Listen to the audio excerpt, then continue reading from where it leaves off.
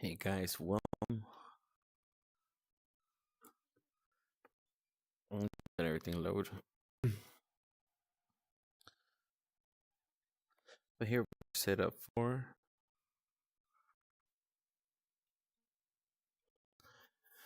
our wild weasels.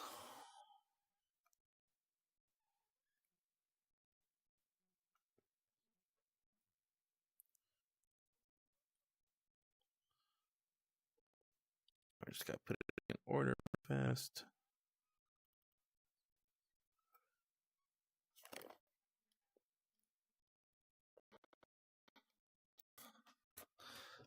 And so, whoa, okay. Ah, so this is a lot to read, right? I'm not the best of readers. So here's what we're gonna do. We're gonna click these photos fast for mission in guidelines, and then I put this text into an A so we can listen. All right, so mission one guidelines.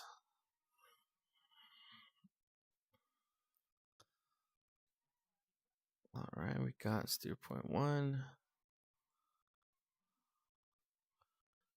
Is that the airport right here? No. Okay. All right. Oh, okay. Boom, boom. Here's the A2. Okay. All right. Oh, okay. H3S2.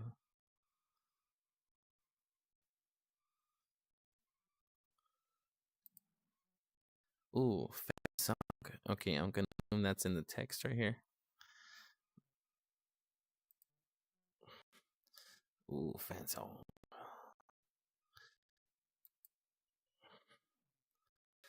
All right, so come in at 145. The AAA should be on our left. And at the top of the X. The top of X, he's on the left. So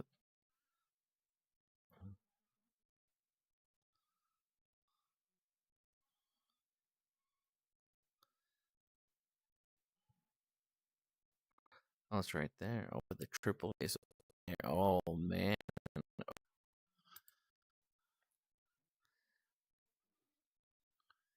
H3 Northwest.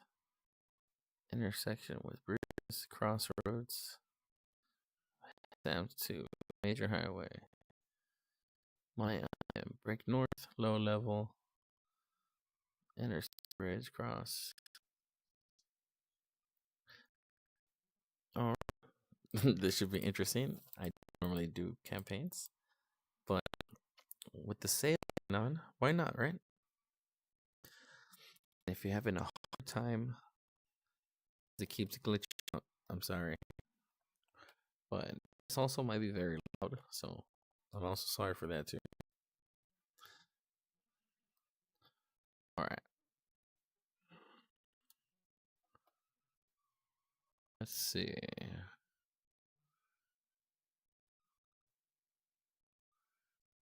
All right, ready?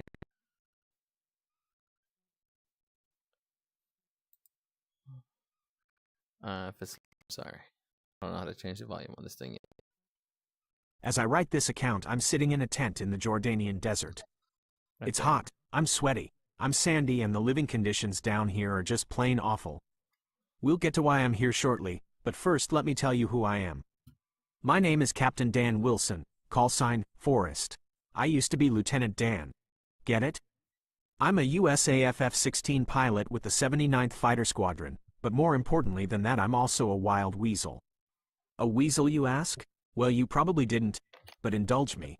The job of a wild weasel is to protect friendly aircraft from enemy air defenses. We are the suppressors and destroyers of enemy SAM systems, radars, and AAA.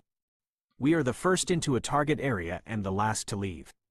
We stand up and ask to be shot at, because then you aren't shooting at our buddies. We are expert hunters and we play a life and death game of cat and mouse. If you dare to come online or launch when we are around, then we will come for you. It sounds crazy to some what we do, even to our own originally. Our motto is YGBSM, coined by an early weasel Jack Donovan. You want me to fly in the back of a little tiny fighter aircraft with a crazy fighter pilot who thinks he's invincible, home in on a SAM site in North Vietnam, and shoot it before it shoots me? You gotta be shitting me. But we know our craft, through 50 years of development of the Weasel mission, with lessons forged in Vietnam, then home to deadly perfection in Desert Storm, where we were so revered and feared that a single radio call on an open freak could shut down Iraqi SAM sites. It is on these lessons and tactics that we now operate, stalking the modern battlefield as hunter-killers. We understand intimately the threats we face, we know how to defeat them, and through training, courage and guile we will prevail. So how does a group of weasels end up in the Jordanian desert? Well, it started with the Arab Spring in 2011. This led to a number of ramifications throughout the Middle East, most notably the civil wars in Libya and Syria and the violent repression in Iran, which ultimately led to Operation Persian Freedom and the invasion of Iran. Syria, frankly, is a mess. The civil war grew out of the Syrian government's brutal crackdown on anti-regime protests. As the crackdown intensified and the body count grew, large parts of the Syrian armed forces defected, coalescing into a guerrilla insurgency known originally as the Free Syrian Army before morphing into the more credible Syrian Democratic Force. The SDF now controls a large part of northern Syria and with our support are fighting the Syrian Arab Army for control of the city of Homs. Now when I say civil war, it might conjure up the thought of two sides fighting for control of the country, the SDF against the Syrian government. Well, sorry, but in modern-day Syria things just ain't that simple. First of all, we need to throw in the Syrian Islamic Army, or SIA.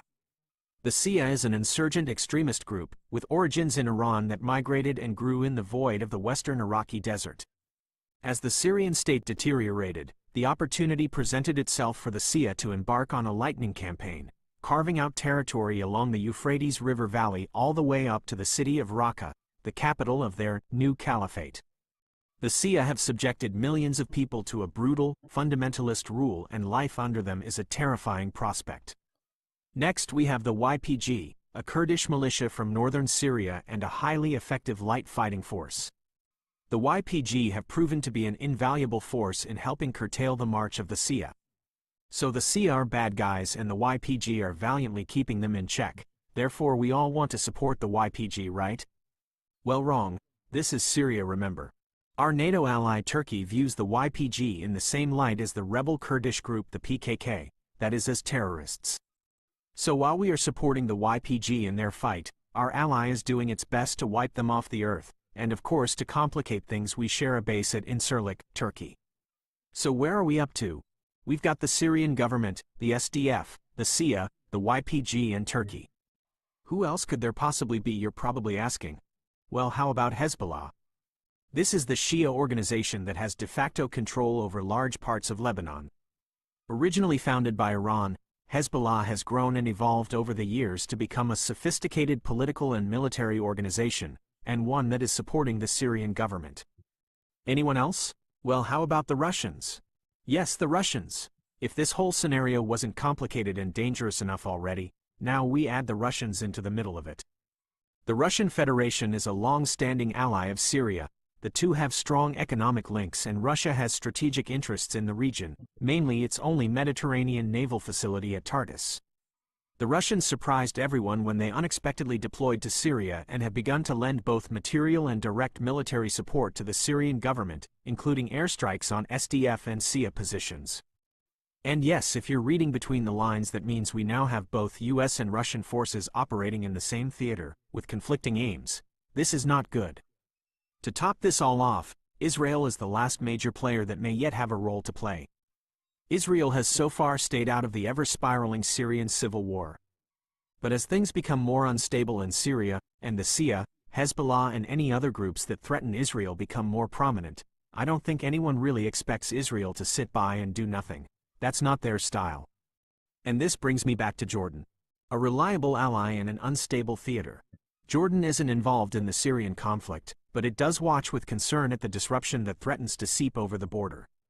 The Jordanians might not want to get directly involved, but they're certainly lending their support to our operations. So who are the we I keep referring to? That would be the Joint Syrian Task Force, or JSTF. We are a multinational force, composed mainly of US, UK, French and German forces, and we are here for Operation Cerberus North. Operation Cerberus North is the name given to the UN-approved mission here in Syria.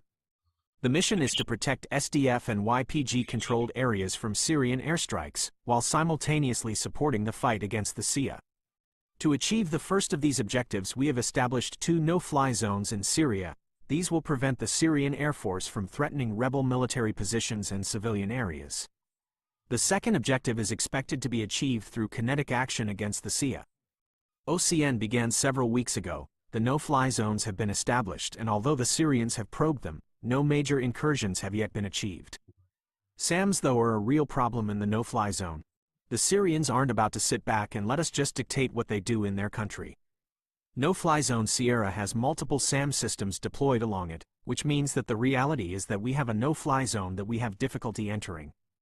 This is where the weasels come in. Our det from the 79th FS has been assigned to OCN as the specialist weasel support.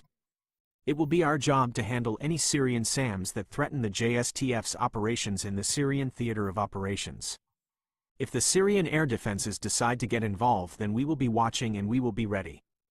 Likewise, as the JSTF goes after the SIA, we will be ready to support. The SIA air defenses are barely worth mentioning when compared to the Syrians, but they still have them and therefore are still a threat we take seriously. Finally, although the weasel role is our primary duty out here, we still expect to be called upon for other tasks too, and if we are, again we will be ready. So this is how I came to be writing this from a tent in Jordan. We have been stationed at H4 Air Base, around 30 miles south of the Syrian border. Man, is it quiet out here.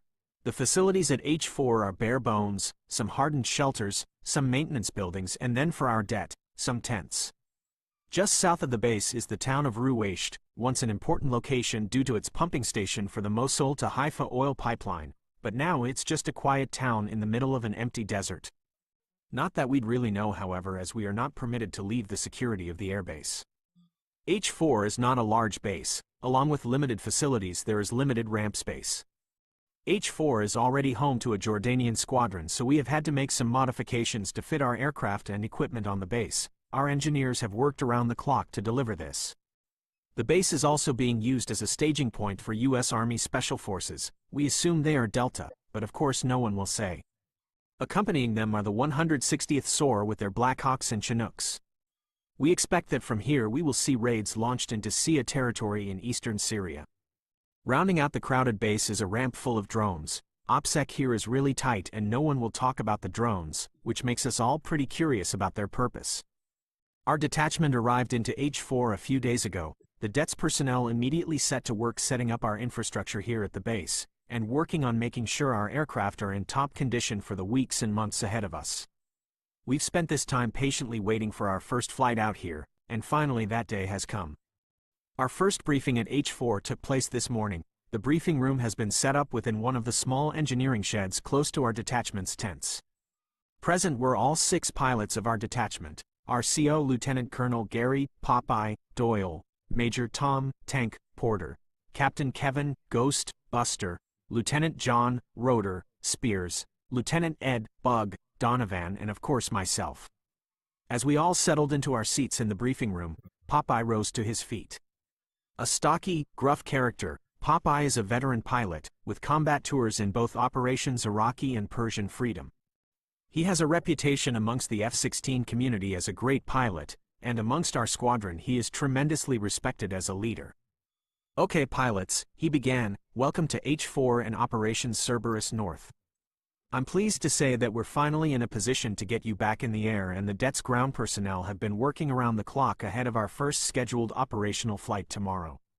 However, before that takes place, I wanted us to get one last training flight in and also to take the chance to familiarize ourselves with the airspace down here. But before we get to that, we have Captain Johnson here to deliver the MET brief as well as an intel brief from Major Norris. Captain, the floor is yours."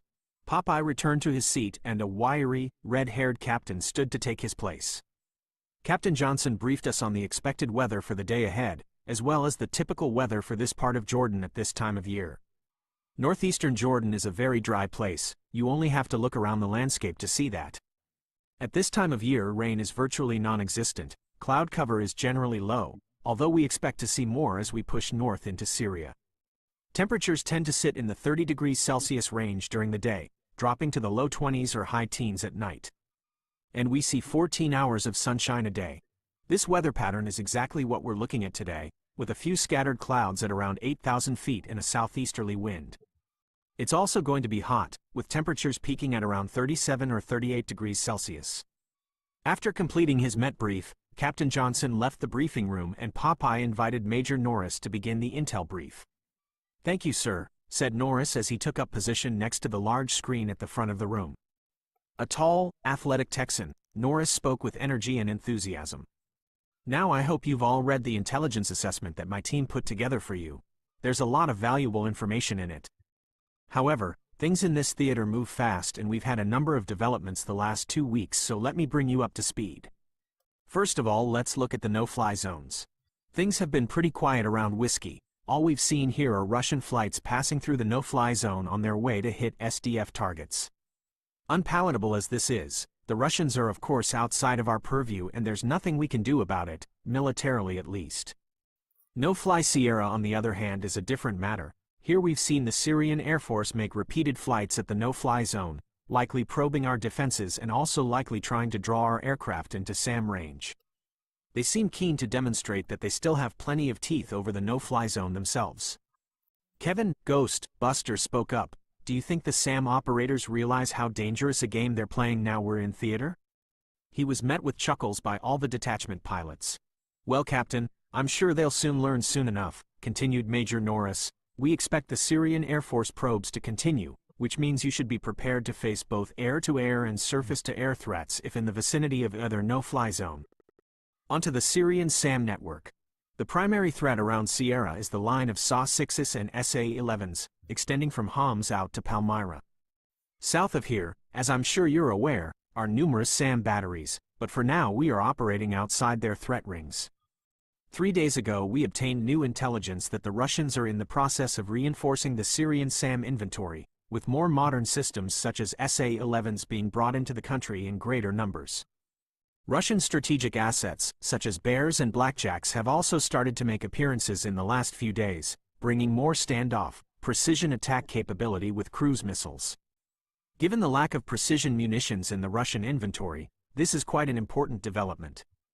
We're extremely confident in saying that the Russians have really upped their support to the Syrian government recently and are clearly in this to bring about a quick Syrian victory. Away from the no-fly zones, the SIA are on the back foot in northern Syria.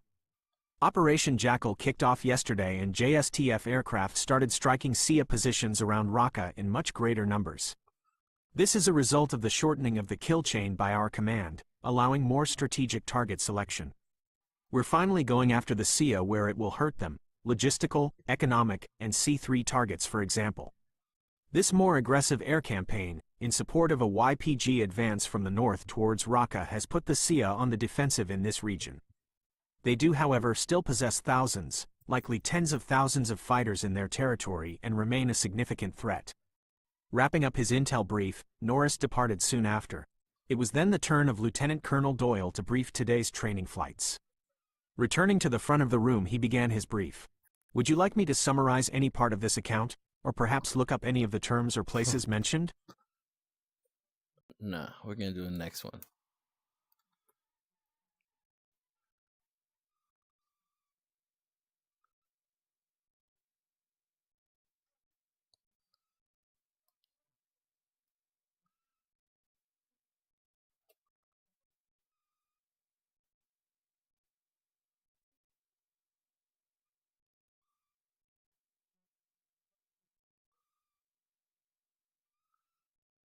Right, and oh damn.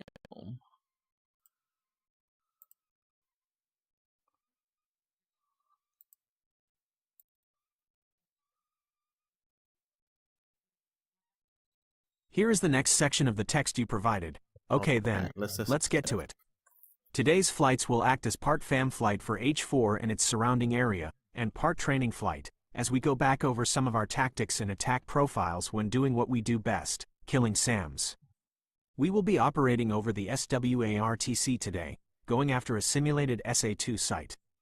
Here we will work on our tactical maneuvering at the flight level when evading SAMs, as well as some good old-fashioned gunnery skills as we work our way into and put bombs on the target. The first flight will be a 4-ship, led by myself, with Rotor as my wingman. Forrest will lead the second element, with Bug on his wing. We will make a standard departure out of H4, so make sure you take one last opportunity to familiarize yourself with the spins here and know which ATC frequency you should be on and when. Once clear of H4 controlled airspace, we will rendezvous at waypoint 1 at Angels 20. Once the flight is formed up, we will push to 25,000 feet and head northeast, above H4CA and along the Jordanian-Syrian border. At waypoint 2 we will turn southeast and proceed to the Iraqi border at waypoint 3. Here we will check in with GamesMaster before we enter the SWARTC. Once cleared by GamesMaster, we will approach H3 Airbase, where a simulated SA-2 is located at waypoint 4. The range equipment will replicate an SA-2 emission, so you should see this indication on your RWR. Likewise, the use of smoke rockets will simulate a missile launch, but of course there won't be any actual missiles coming up to meet us. However, we will still need to respond as if there were, and GamesMaster will be calling out hits and kills if we fail to maneuver appropriately. Oh, wow. The target is located on the southern tip of the old H3 base. It's in an easily identifiable position, within the triangular area formed by the taxiways. An old technical is standing in as the Fansong radar. Containers are taking the place of the launchers. Whoa. We will approach the target with our jamming pods set to noise barrage mode as we work our way in towards the target. At some point we can expect the SA-2 to burn through the jamming. If this happens and we are engaged, we will execute a tactical maneuver to defeat the radar and use one element to distract the radar operators while the other element goes in for the kill. Popeye went on to describe the maneuver we would execute if the SA-2 attempts to engage us. The two elements of the flight will break 90 degrees in opposite directions, so as we are heading east towards the target, Popeye will break his element south, while I lead my element north. This will put the missile at 90 degrees to our aircraft. At the same time, my element will dive for the deck and Popeye will keep his element high, and after defeating the shot will loiter at the edge of the SA-2's engagement range. This split-level tactic will be very difficult for an old system like the SA-2 to handle, as its operators struggle to manually track multiple targets or targets at low altitude. While Popeye holds the attention of the guideline, me and Bug will work our way north and hook round to attack on a heading of 145. This attack axis is important so as to avoid a significant AAA threat north and east of the H3 site. GameMaster will be monitoring our positioning and will record a kill against us if we enter the threat envelope of the AAA. When we break north, we should look for the main highway running west to east about 3 miles south of the H3 Northwest Airbase site. The crossroads on this highway will act as our IP for the target and is located 7.5 miles from the SA-2 position. As we approach the target, I will perform a pop-up attack on the position, dropping a CBU-87 on the SAM site before egressing south at high speed and low level. The Fansong radar is the primary target. The pop maneuver will minimize the time exposed to enemy fire, but I should only make one pass on the target. After the first pass, you can guarantee that the local air defenses will be fully alert and any re-attack will be highly dangerous. I should also take care to avoid the AAA during my pop maneuver by offsetting away from the danger area. Once clear of the target area, the flight will rendezvous at our rally point, waypoint 5, before heading back to H4. Our fuel usage has been calculated and recorded in our kneeboards. The plan is to arrive in the target area with just under 9,900 pounds, with bingo being set at 3,400 pounds. This allows us approximately 6,500 pounds of fuel over the target, which should be more than enough, although of course this will quickly deplete if I rage around at low level in Afterburner too much. Popeye finished up by describing the procedures for re-entering H4 controlled airspace. Once inbound back on H4CA, 30 miles from H4, we must declare ourselves to H4 approach, who will assign us an altitude at which we should enter H4CA. Once we reach the 30-mile perimeter of H4 airspace, we will switch to H4 arrival and make contact, and we will then be assigned either approach Alpha or Bravo, which use the nearby wind farm and shale oil plants as reference points for approaches from either the east or west. From Alpha or Bravo, we will then be directed to a pattern altitude until the tower is ready to bring us in for landing. Once directed, we will leave the pattern and contact the tower before performing an immediate landing. We will be carrying a full combat loadout for today's flight, with 2 bags and 2 CBU-87s as well as a mix of AMRAAMs and Sidewinders for self-defense as we will be skirting the Syrian border. This loadout tops out at just under over 39,000 LB. The briefing concluded with a discussion of the threats we will see today. We split these into actual and simulated threats. Actual threats are limited in the area we will be operating in. There will be no surface-to-air threats, but there is the unlikely possibility of the Syrian Air Force trying to crash our party. The most likely aircraft we will see in the south of Syria are the MiG-21s based out of Khalkhalal and Thala air bases, although the possibility of MiG-23 or 29s also remains. Simulated threats consist of course of an SA-2, along with a mix of low and medium altitude AAA, ZU-23, S-60 and ZSU-23-4. Popeye reminded us of the importance of studying the threats we will face. Knowing their engagement envelopes and vulnerabilities is a crucial part of our role.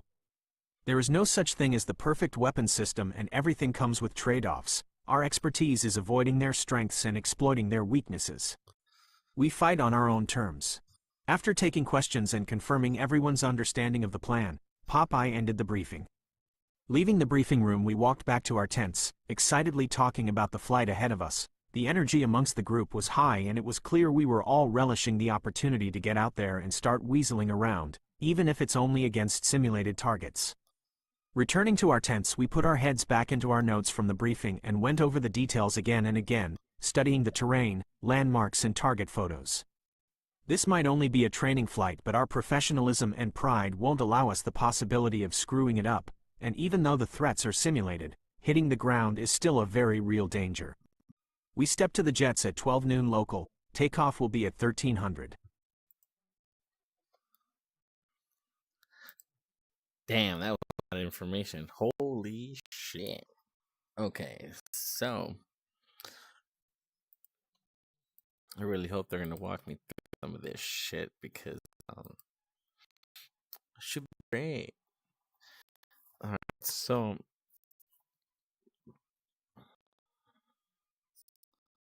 wave 3, fence in, swoop down, hit a target, wrap 5.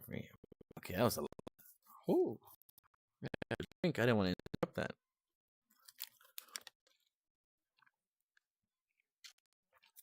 All right. So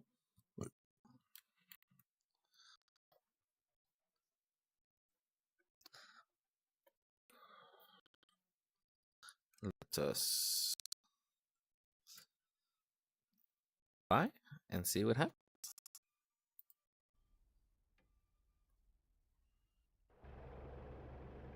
Oh, so cool.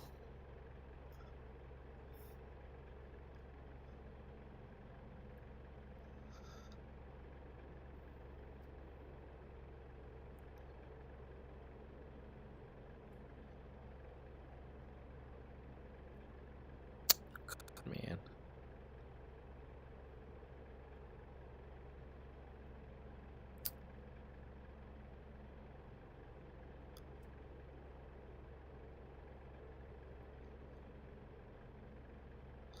What? I just want to make sure.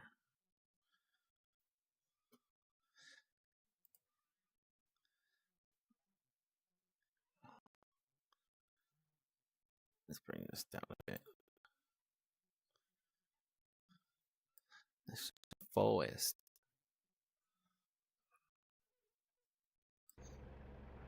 Up a little bit. Welcome to the first thing we pursue campaign bingo. Power, then contacting ground to request startup by using the F10 menu. Already set correct frequency. All right.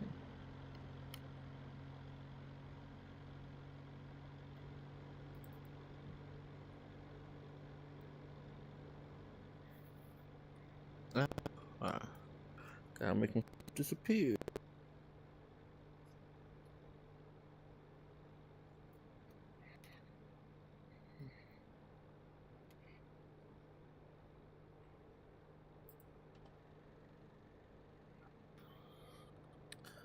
All right, then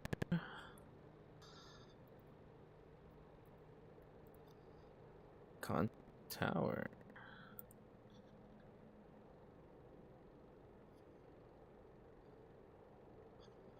Oh, H4. Class startup. Springfield 3. Request startup.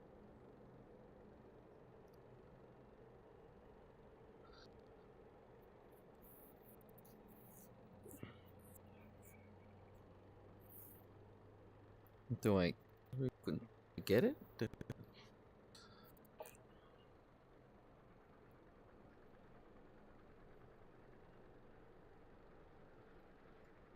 No.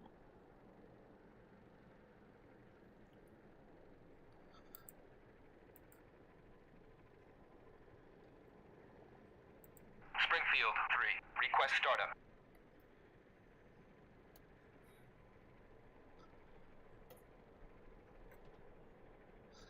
All right.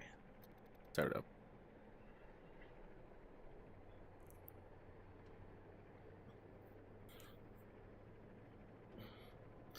Ooh.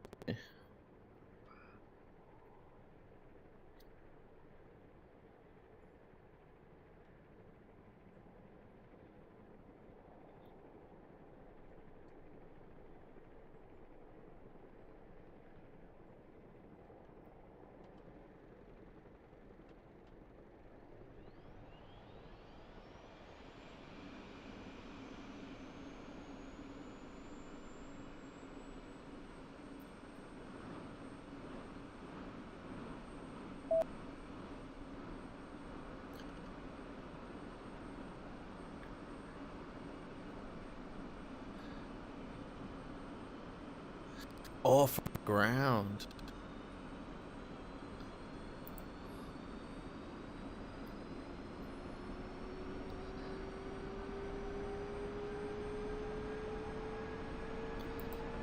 Ground?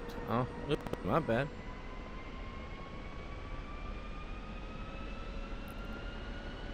I'm steady.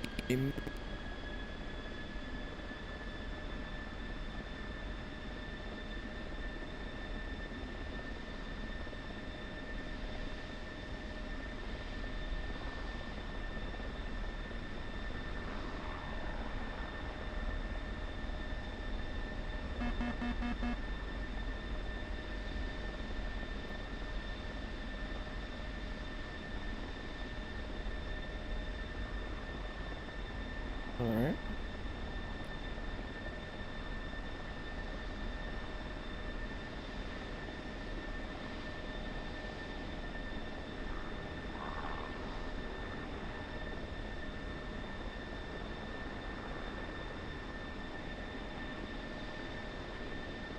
There's stick to the right.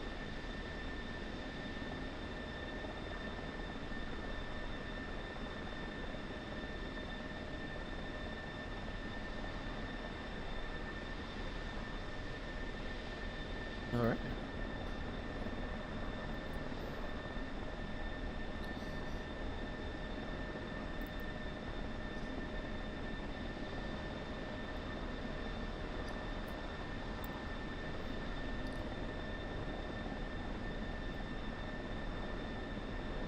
Damn, that fucking.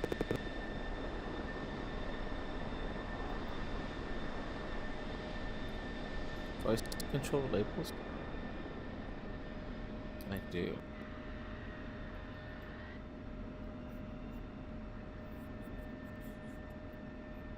You do without the labels.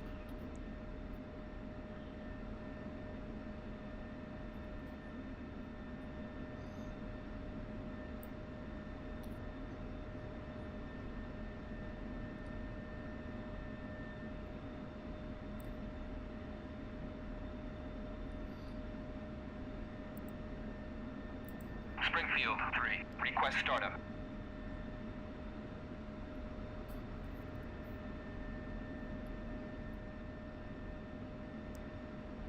So it didn't work.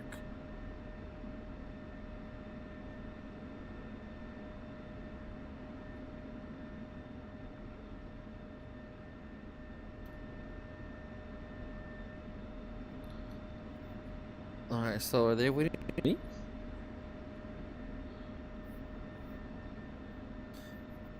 While waiting for that to go line.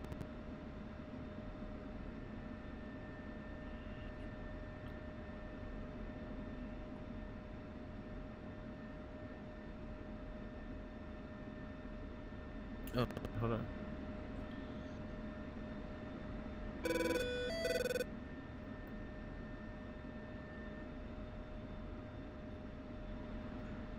You're gonna set those up.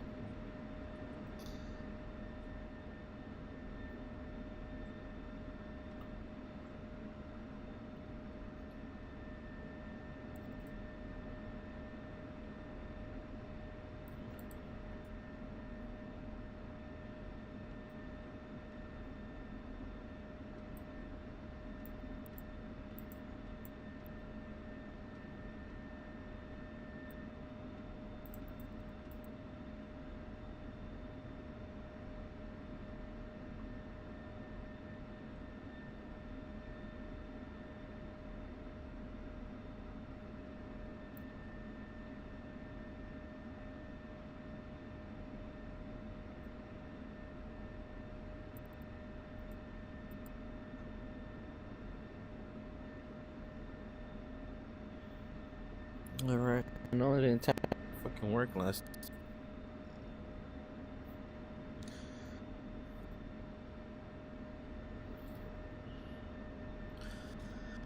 Alright, let me set up.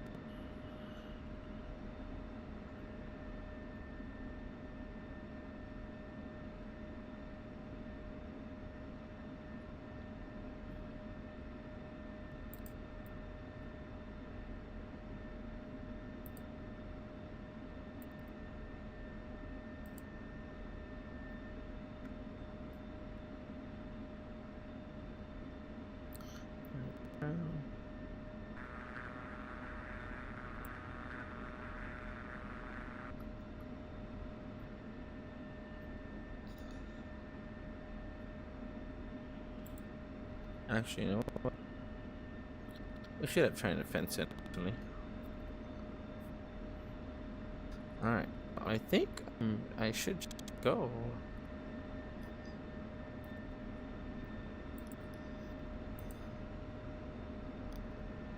Springfield 3, request startup.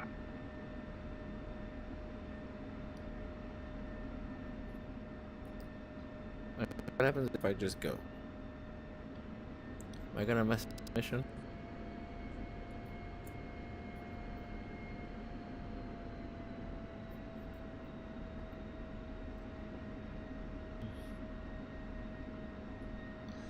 Did they start leaving?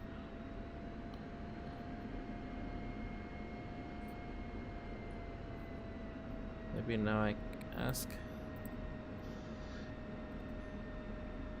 Source 2-1, you were not cleared for a taxi. What up? 250.15.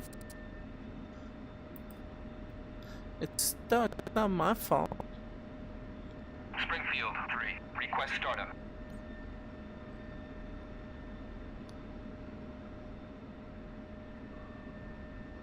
So you would just go. Alright, let's see what we keep going.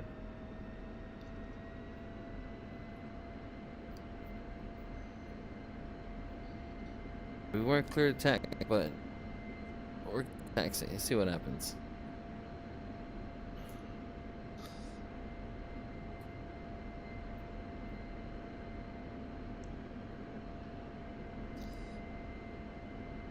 Let's see, was it the stop? Was it that picked it up? Well, we're close now.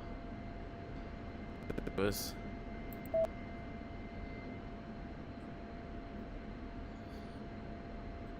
Switch to the V8 radio.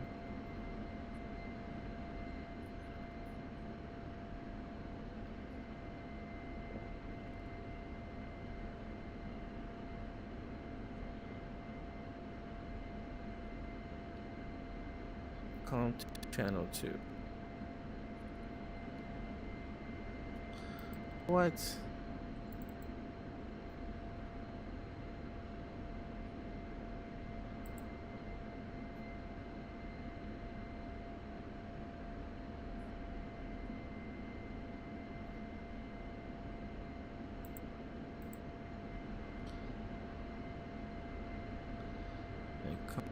2, channel 2.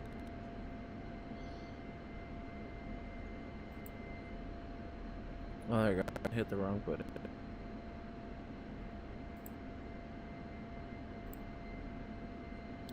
No, it's not what I wanted.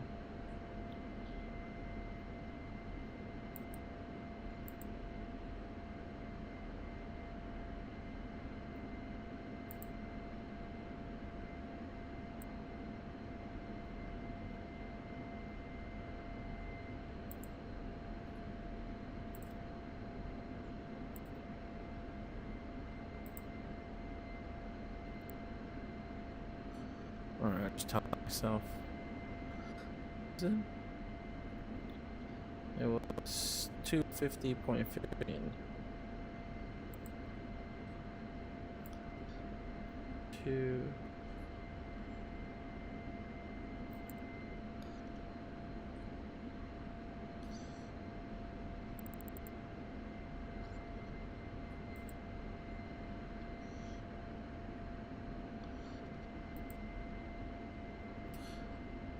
Zero 15.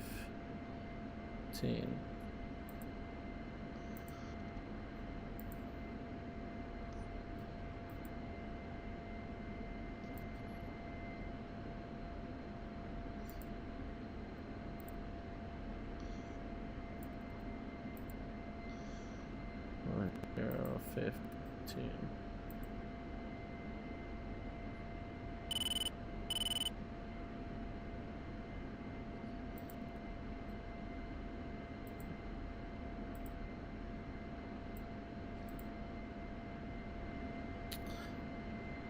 Am I something?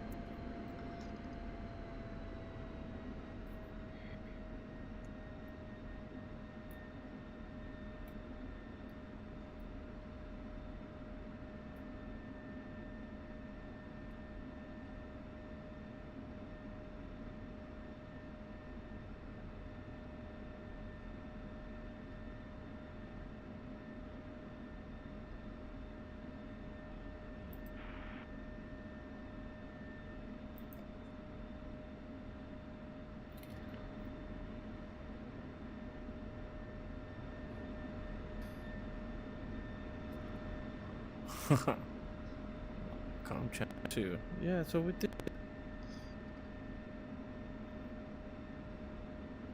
I'll do one.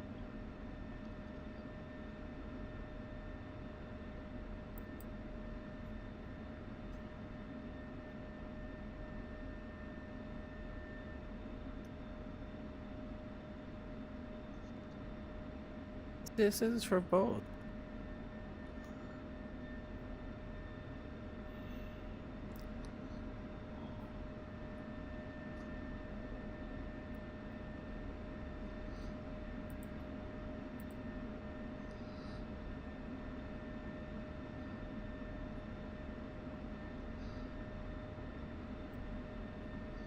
$250 for command. Oh, again. See, this didn't want to happen. Get stuck on something I don't know 100% of.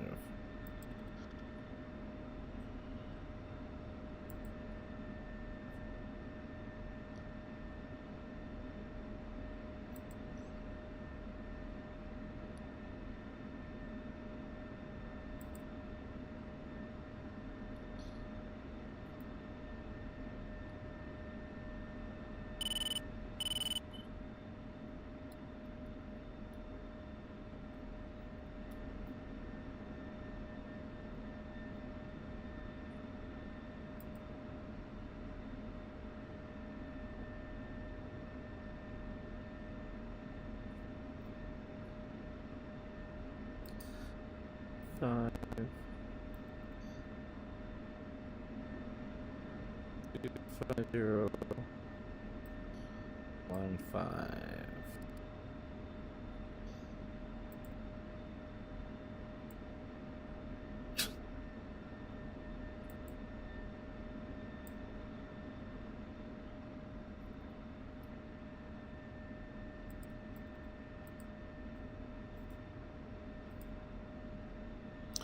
Oh fuck, my computer right here.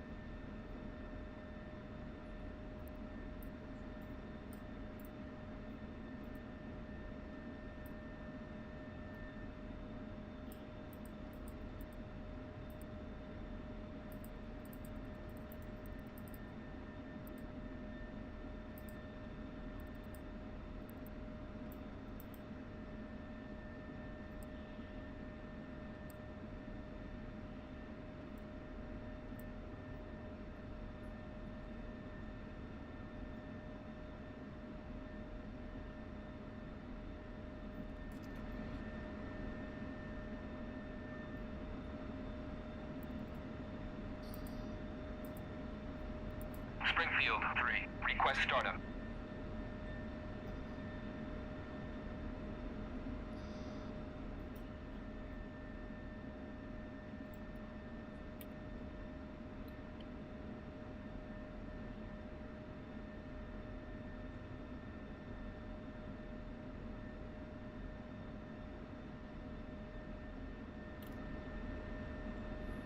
See what I missed? Go to Arms 2, Channel 2.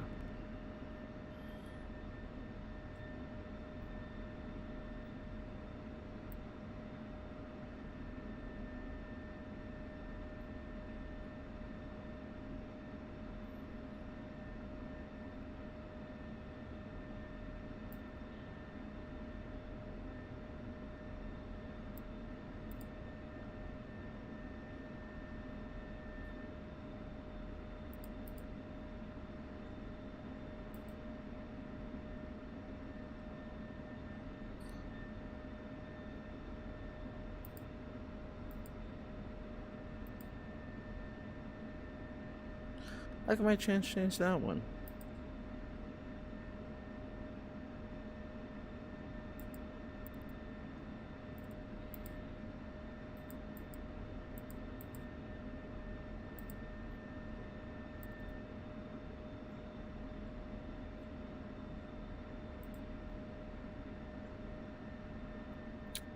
What the hell am I?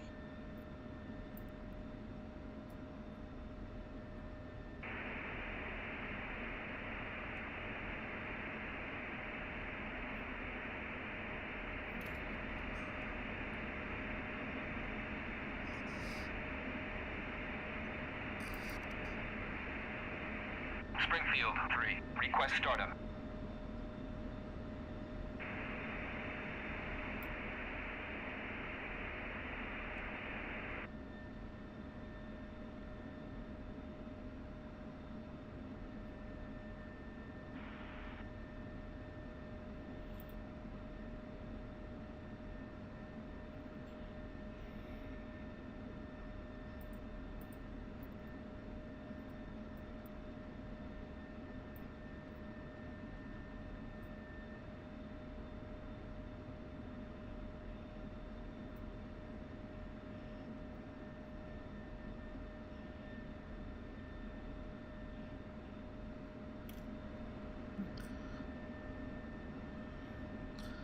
Oh, well, some shit changed, right?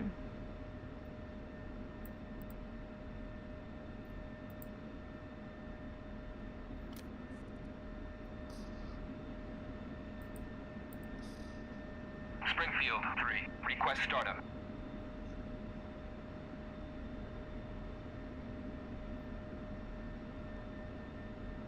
Yo, what the hell? Can someone help me with this? I'm so confused.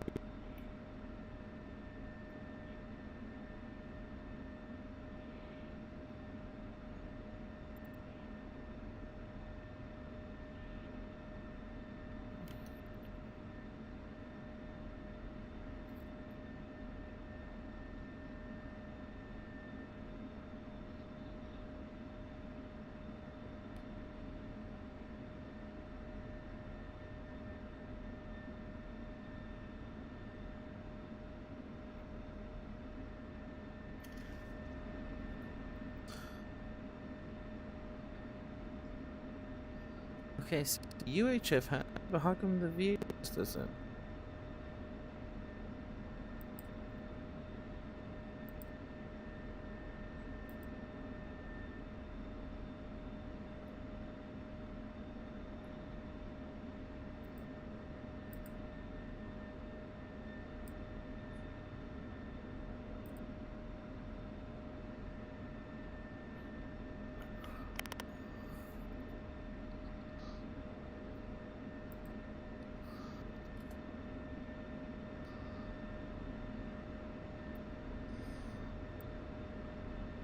Springfield 3. Request stardom.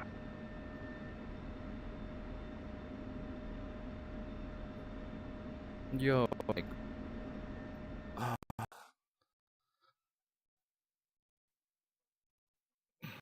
okay, well, let me just take off. Let's. If we have to start it, we'll restart. I don't care.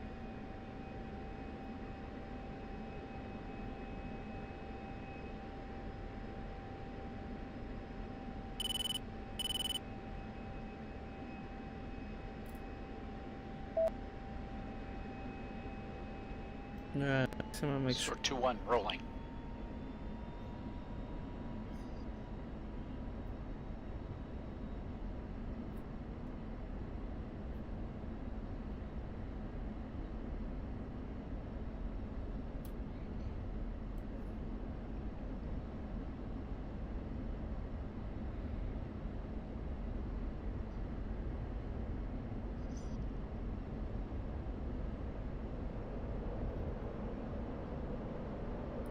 Sort 2-1, wheels up.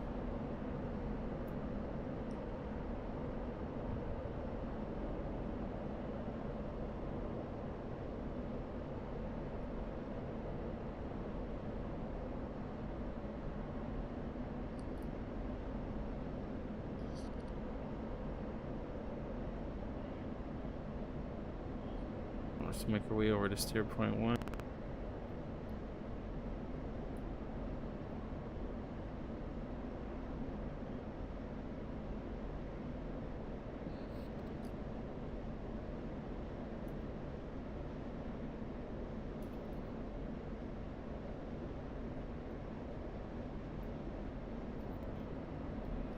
I figure out what I did wrong.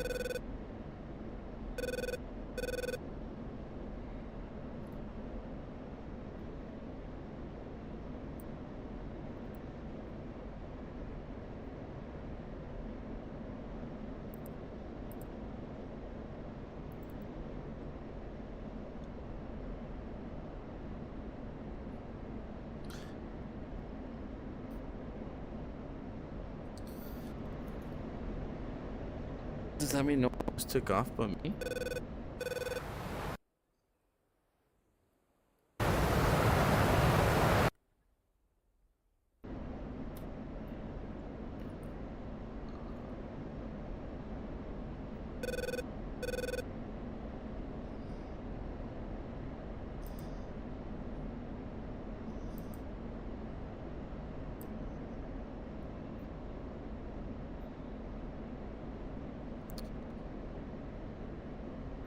My guys didn't take it because I didn't get the clearance for it. Watch.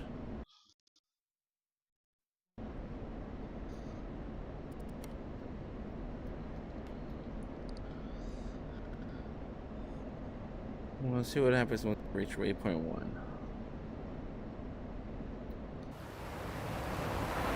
Right now, I'm by myself. And I don't think I'm supposed to be by myself.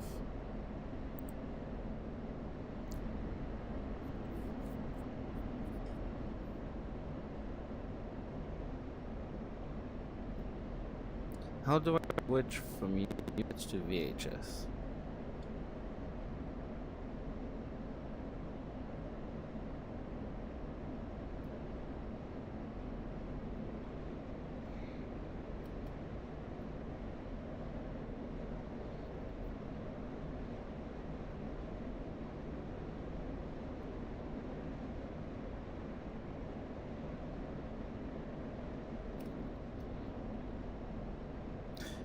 Maybe I need to fucking recap on cons and shit.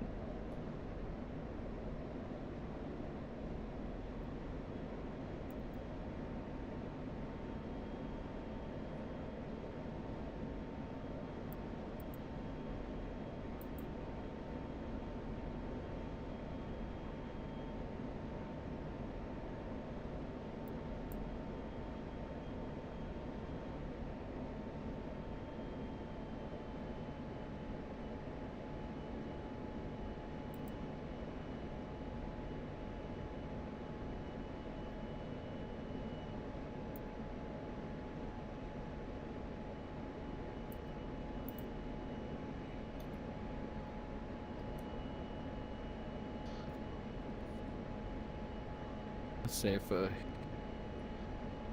it reads me. Springfield 3, inbound.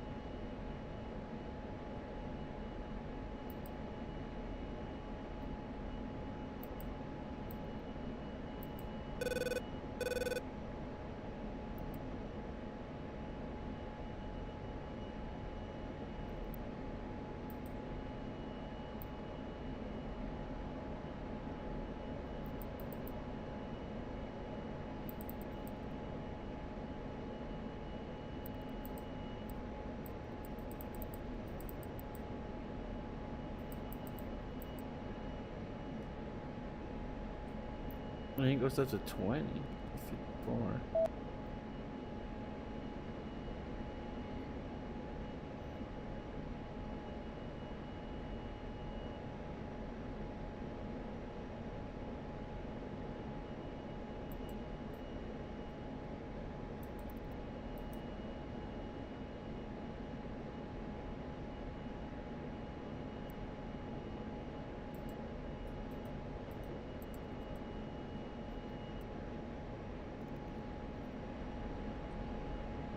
Set the radio VHS or flight comm channel 7.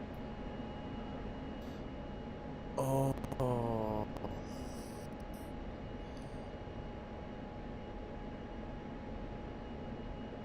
Is that what I do?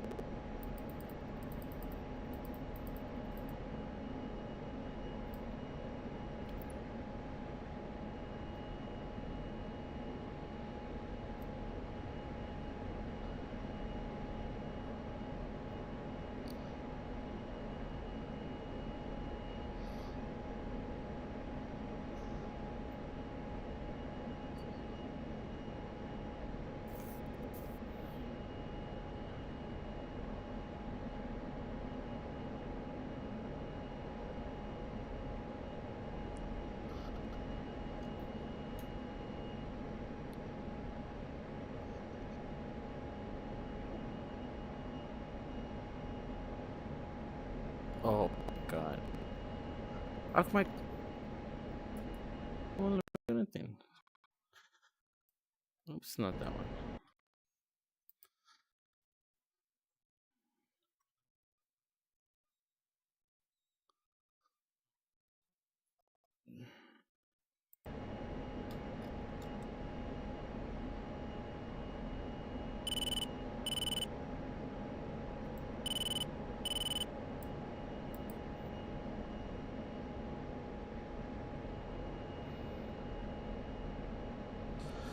Preset channel 7 is 141.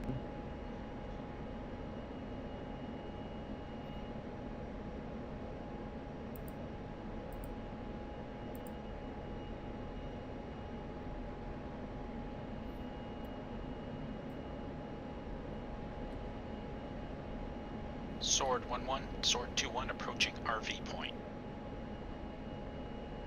Copy 2-1. Sword flight form up. We're pushing for waypoint 2, Angels 2-5. Forrest, I want your element in 1 mile trail. Sword 2-1.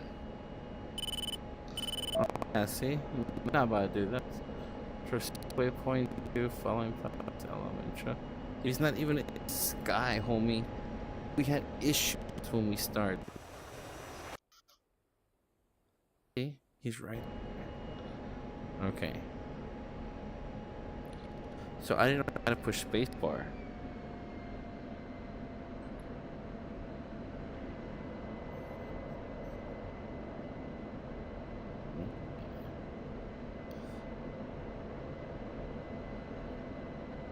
You know what? Let's just do it.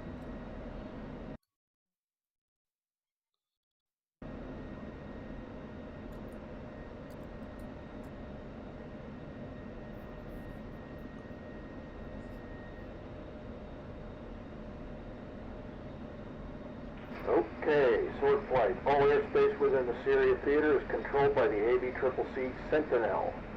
Once clear of H4CA, we must declare ourselves on mission to Sentinel. Sword 2-1, I want you to check our flight in now. Sword 2-1. Set the youth radio center comm to channel 2 and press spacebar.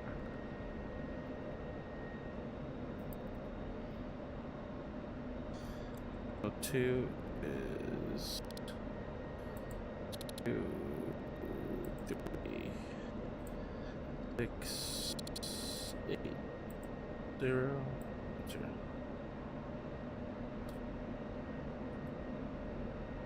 Sentinel, Sword 2-1, checking in flight of 4 F-16s on mission number 0423, inbound on the Swartzy.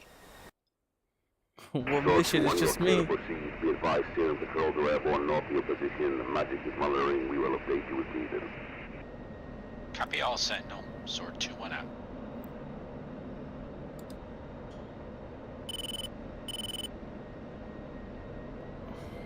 Okay, well, we're gonna consider this like a test run, alright?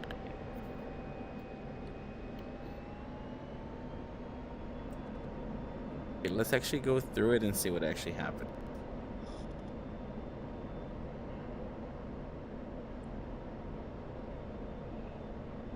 You know what's funny is that I actually got mixed up with the guns on the Huey mission as well.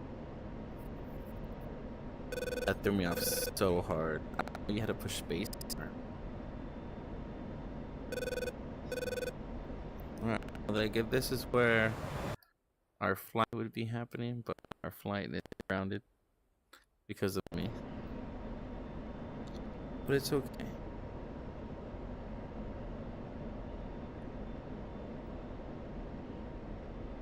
But see, I wonder if this is where you'll have dialogue between the two. I guess we'll find out next.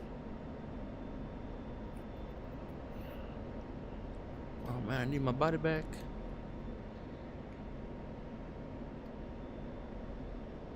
Alright, so we're gonna go. We're over here parallel with the Syrian border.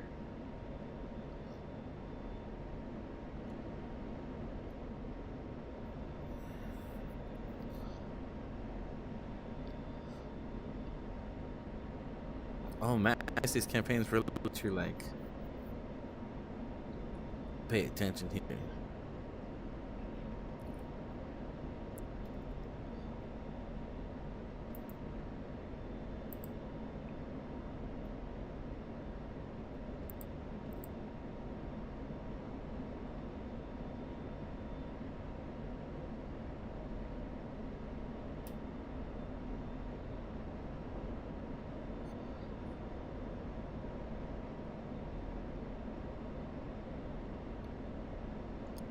Alright, we're gonna hold it there.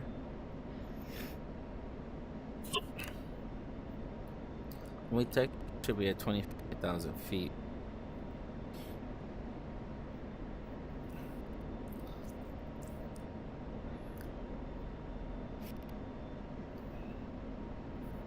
Man, that was a long intro though, wasn't it? I don't know if you guys were watching. Man, it's been an hour. Holy shit. So it was an hour. You heard a dialogue for the first 30 minutes. And now you're seeing me bugging out the first fucking.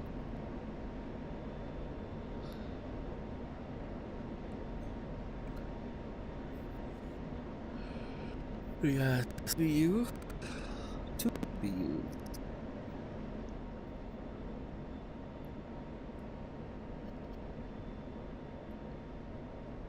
I'm proceeding with just to see what it has. Just wait later on. I don't know exactly what I just did.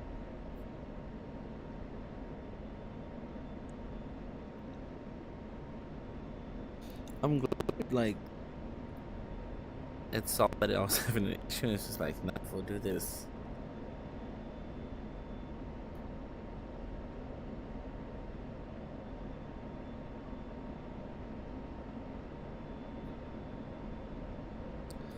Maybe higher.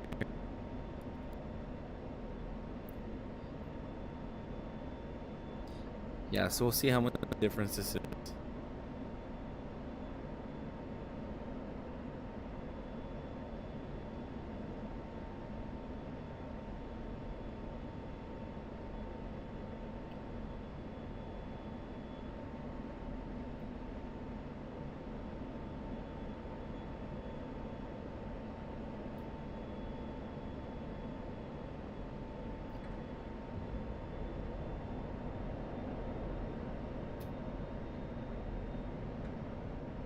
Gusto.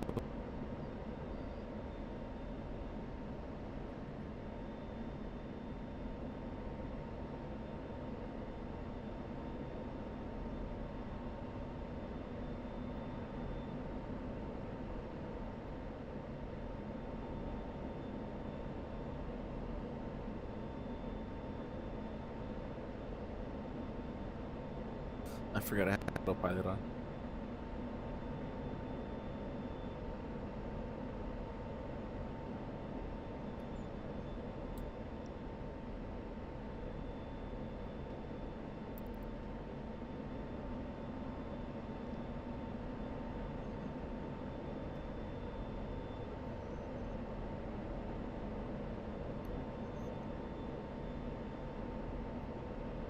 Come on.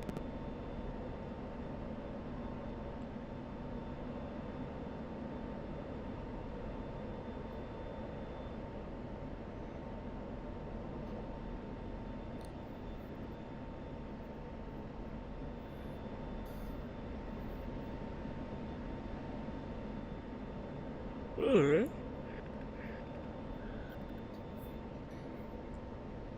Think we'll get a better chance.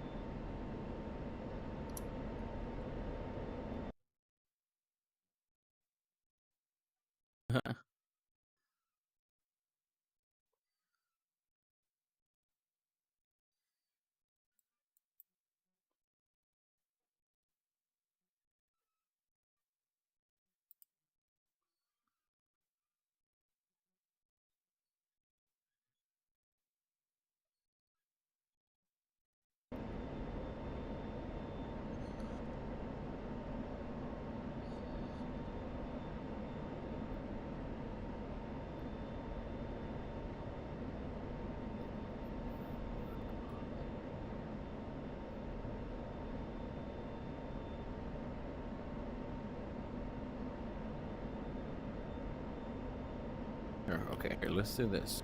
So we should do it.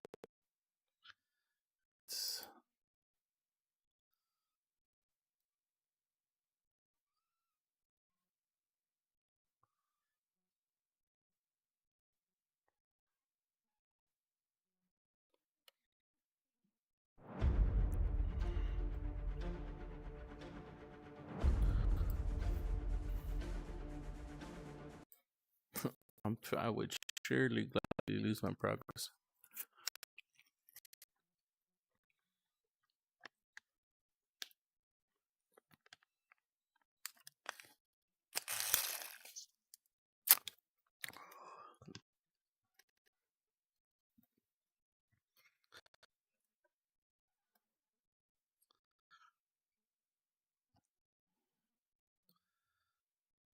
Alright, let's see if we can do it for it this time.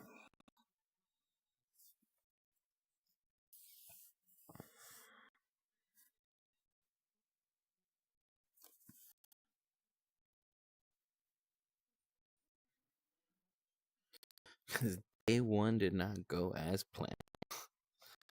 Maybe it will.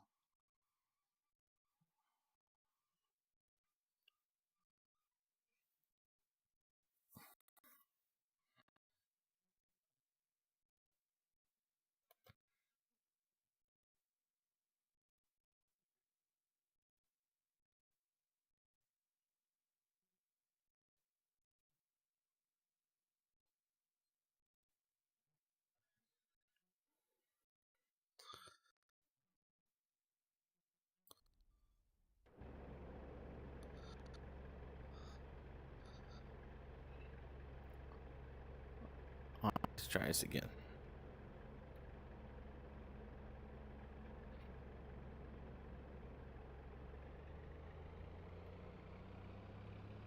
Let everything load first.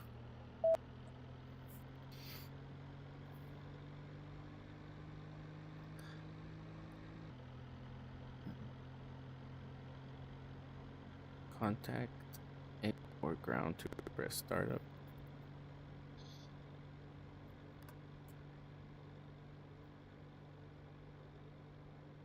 Hey, buddy, I need you. The radio is already set to the correct frequencies.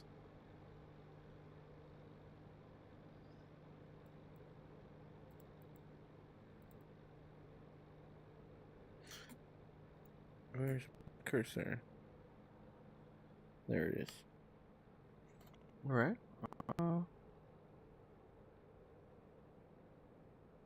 Ground crew.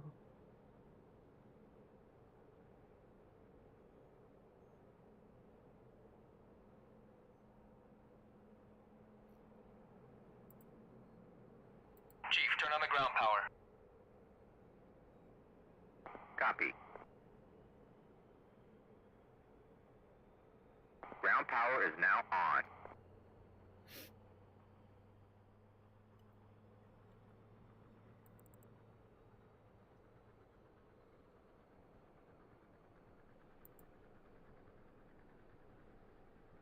Springfield 3, request startup.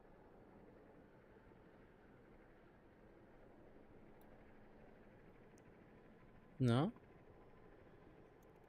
Okay, that is.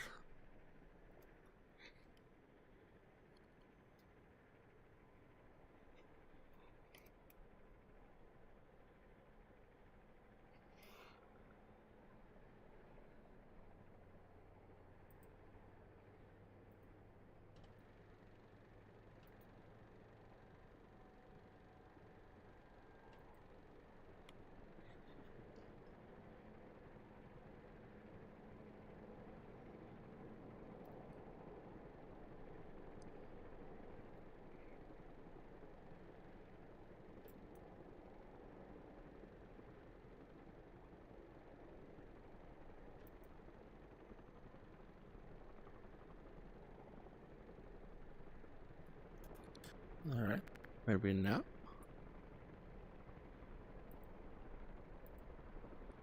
Springfield 3, request startup.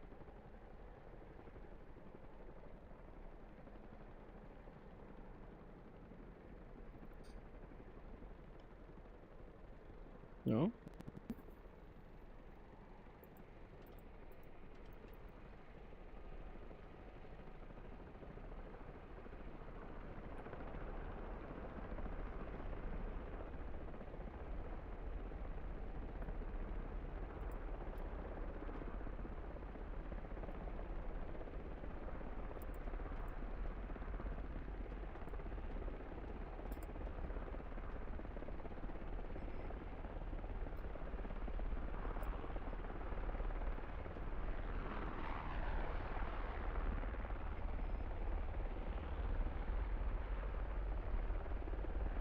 Okay, there we go.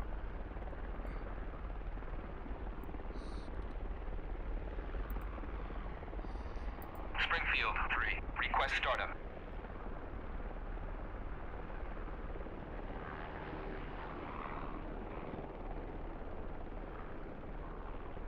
See, what am I doing wrong here?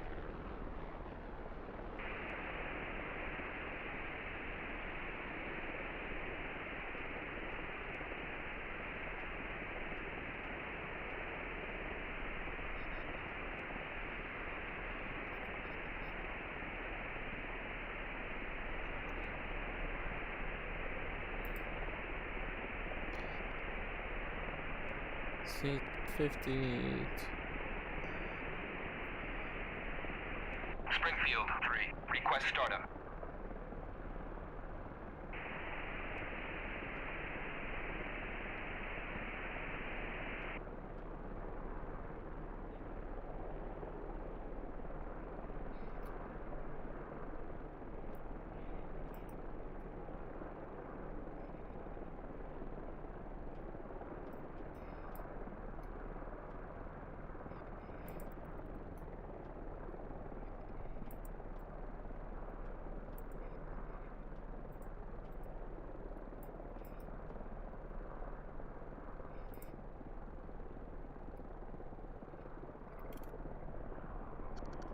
Okay, make it.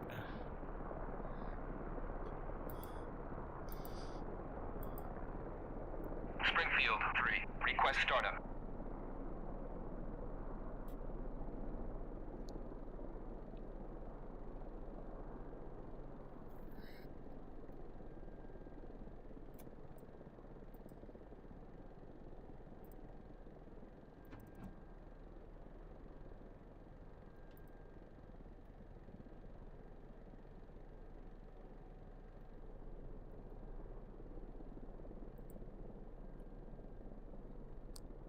I'm confused.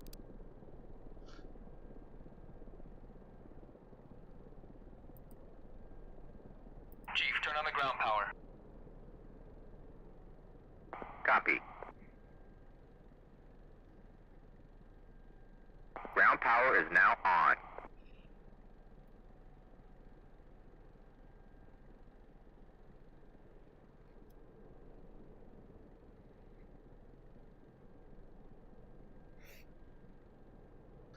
Is there something I'm forgetting to do?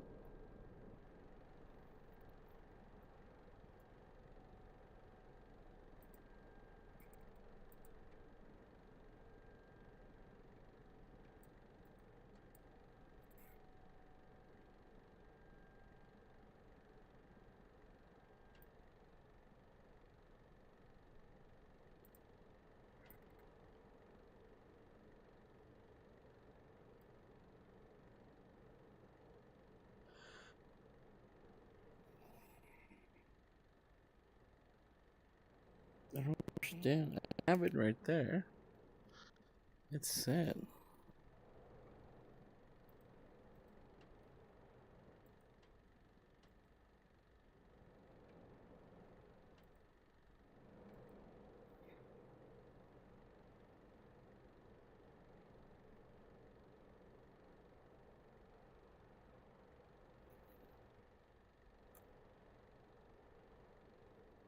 Oh man.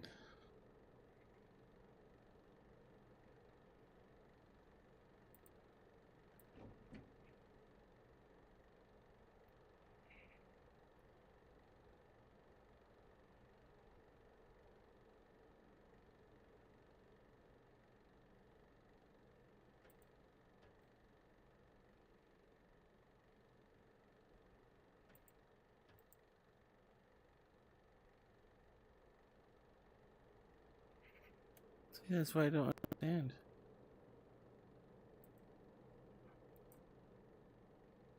I'm on. Springfield 3. Request startup.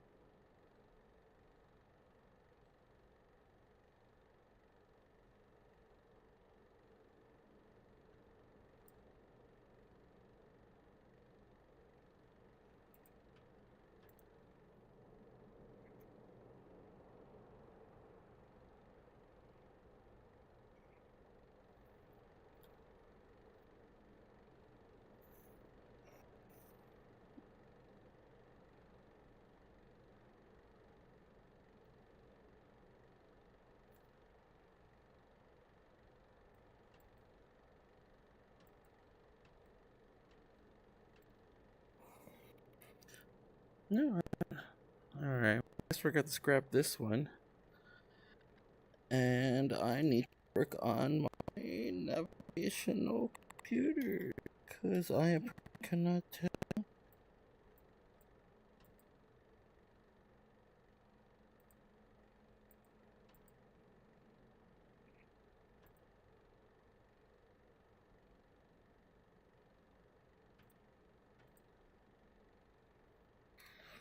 Okay, let's see. Let's have this startup.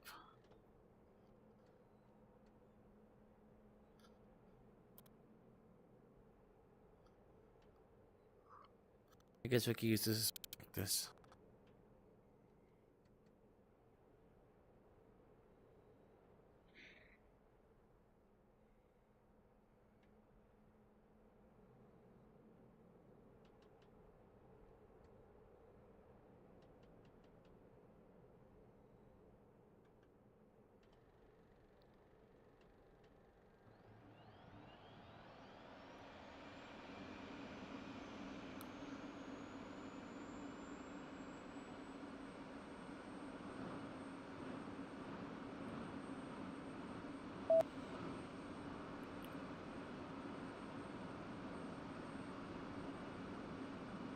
See, I don't understand that. It says ground.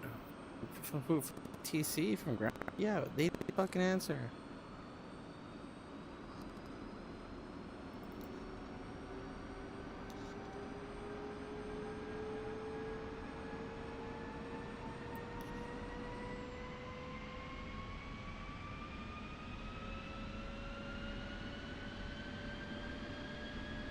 Springfield 3. Request startup.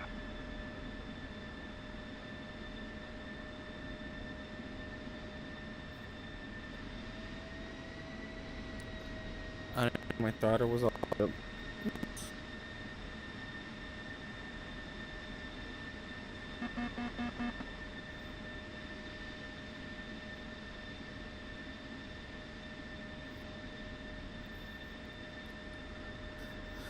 Okay, I think it's gonna come to my attention that I need to learn how to code start this thing.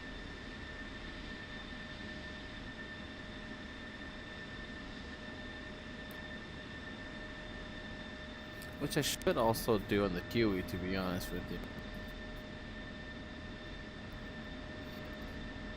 Well, I'm just gonna call it because I have no idea. I'm gonna figure this out.